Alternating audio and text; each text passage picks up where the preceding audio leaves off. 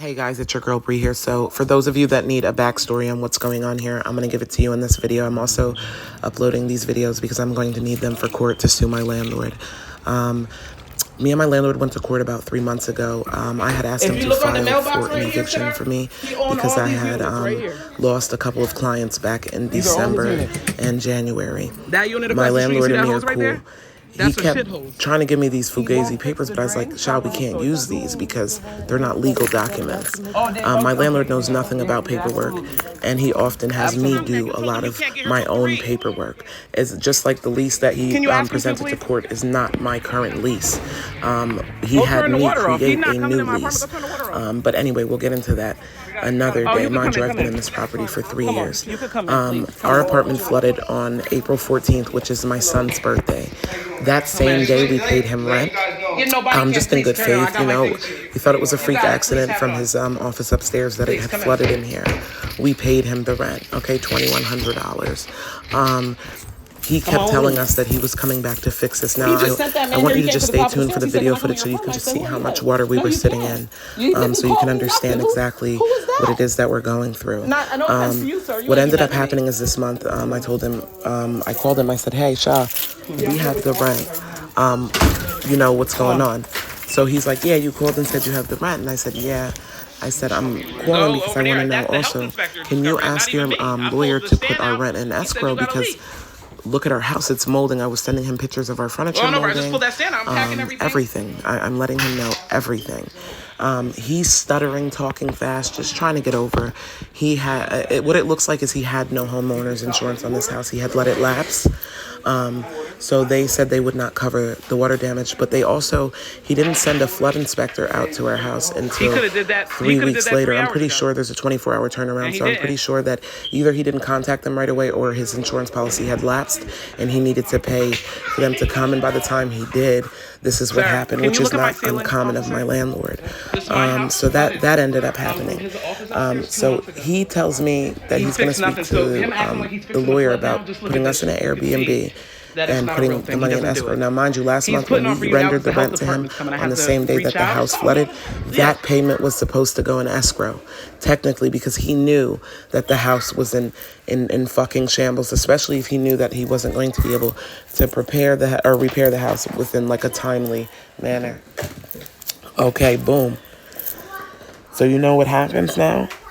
He never goes and talks to his lawyer about our money going in escrow. His lawyers don't even really know the condition of the house. They have no idea that the house is flooded.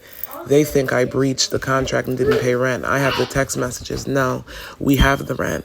Shahid doesn't have money to fix the property. So his insurance denied him. And mind you, he just told me last week that the insurance denied him when I had to keep calling him, asking him about the progress, asking him about the mold, telling him that we're having migraines. My son's skin is breaking out. He's on the phone stuttering every day. He's telling me that he has to go to Home Depot and get some more workers. He can't find his fiend plumber friend. Not that that's my problem. Like, I can't find the guy that does the plumbing. Look at my house. Look at these conditions. I have tried to work with him as a single mother. I have tried to. My kids' windows are guillotines. I asked for bars. I asked for screens. None of that has ever come to fruition. And this man is acting as if I breached the contract. No, this man has nowhere to put us. I'm pretty sure he knows that he's responsible. Look at these back stairways. My boyfriend couldn't even get down this back stairway to turn off the water valve, because when you go all the way down into the basement, there's shit everywhere. It's a monsoon. This is my landlord shit. Let's be mindful. This is his shit back here. You can't even get all the way down into the basement because there's so much stuff in the way to get to the water main breaks to cut it off. This is just it's crazy, and I have tried to work with my landlord on numerous occasions, but he just did some snake shit because he knows that he's responsible to put us somewhere. He never told his management company that our house had flooded. He never told them that he probably had a lapse in insurance. He never told them that he doesn't have the cash to fix it. He never told them any of this. Look at this. I have the text messages of me texting him, asking him to fix this. He never came. He never came. This is my landlord, Clifford McClendon, a.k.a. Shahid. He owns quite a few properties in East Orange, Irvington, and Newark. If I was you guys, I would not rent from this man. This is what I'm going through right now. I'm under an immense amount of emotional stress, as well as my health and my children's health has been neglected by my landlord, who knows that our house flooded on numerous occasions. He knew this since April 14th. Every day he told us he was sending someone in. I even came home from work early one day to leave a key. He knew he was sending no one in. He knew that he didn't have the funds to fix this. My landlord is actively a slumlord. And, you know, I didn't want it to have to go this far. But, you know, at some point people need to be held accountable. And it seems like Shahid is living in a la-la land, acting as if he doesn't know what's going on. And now me and my family are under an immense amount of emotional distress. Now, I want you guys to just look at this footage so you guys can fully see how it was raining in this house. Now, this is when it started.